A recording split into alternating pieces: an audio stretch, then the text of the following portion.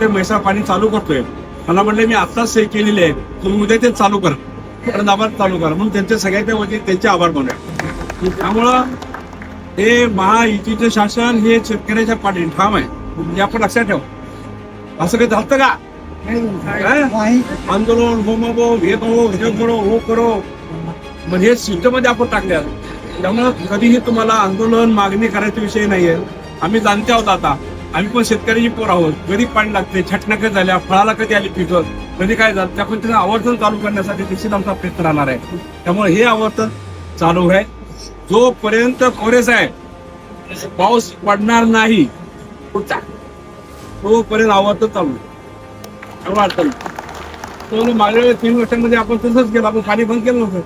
दोन नदीतलं पाणी संपलं, डॅम मध्ये कोयना संपलं, वारणेचा डॅमचं पाणी संपलं, लाईट बिल. त्यामुळं लाईट बिल सगळं माफ केलं, कोणाला पैसा घेतला नाही आपण. ज्यावेळी पाणी संपलं, नदीत नाही पाणी, तळ्यात पाणी नाही, डॅम मध्ये पाणी नाही, करायचं काय? तर एक आयडिया आम्हाला मिळाली की MSCB उत्पन्न झाले, 12 टीमचं पाणी ठेवलं तर राखून. मग देवेंद्र फडणवीसकडे गेलो मी, म्हटलं साहेब वीज विकत घेता येईल आपल्याला, पाणी विकत घेता येणार नाही. त्यामुळे 8 टीमचे पाणी आम्ही सोडा, आम्ही पावसाच्या कक्षेमध्ये जाऊ, पाऊस चालू होईल त्या कक्षेमध्ये आम्ही आत गेल्यानंतर पण आम्ही बाकीचं बोलतो.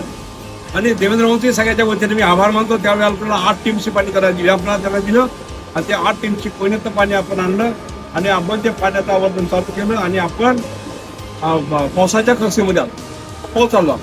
त्यामुळे पाण्यासाठी निश्चितच, नाही तर त्यावेळेला मोठा दुष्काळ, भयानक दुष्काळ झाला असा, बागा गेल्याचं सगळं साफ सफाई झालं असतं. पण तरी त्या वतीनं वरचे नेते पण आपला विचार करतात, सगळे विचार करतात, आपल्या पाठीशी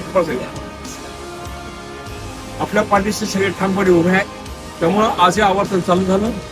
जसं जसं पाणी फ्लोट होईल, जसं जसं प्रेशर मिळत राहील, तसं तसं आपण जरुरी आहे तिथं पाणी वापरा. आपण दुमत नाहीये, भांडण करू नका, मागण्या जास्त करू नका. पाणी सगळ्यांना मिळेल ही व्यवस्था झालेली आहे. त्यामुळे आता नियोजन आम्ही ते पण केलेलं आहे, भागाभागात प्रत्येक ठिकाणी पाणी व्यवस्थित मिळालं पाहिजे. तर त्या दृष्टीने ते पाणी मिळेल तेवढं आपल्याला सांगतो. आज शॉर्ट नोटीस मध्ये आपण एवढ्या मोठ्या संख्येने इथं सगळ्या ग्रामस्थांनी, जे गावचे आले का, काय गावचे पण ड्रॉप झाले का?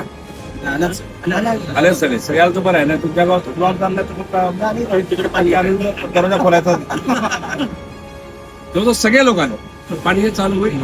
आपलं आवर्तन आहे, बाकीचं आवर्तन, बाकी मोठे मंगळ आहे, प्रदत्त पाणी सोडायचं आपल्याला. या दृष्टिकोनातून आपलं भागले की त्यांनाही पाणी द्यायला पाहिजे. आपलं जसं जरुरी पडेल त्या पद्धतीने पाणी आपण पुरवठा करूया. त्या दृष्टिकोनातून सगळ्यांनी मला सहकार्य करावं, अधिकाऱ्यांना सगळ्यांना सहकार्य करावं. कोरे साहेबांना धन्यवाद द्या, टाळ्या वाजवा त्यांच्या मनात.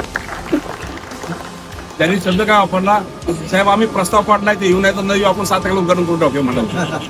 ना, आणि ते म्हणतात पण तिचा अडचणी त्यांना या नये म्हणून मी मंत्र्यांशी बोललो, मंत्र्याकडून आपण तो क्लिअरन्स घेतला.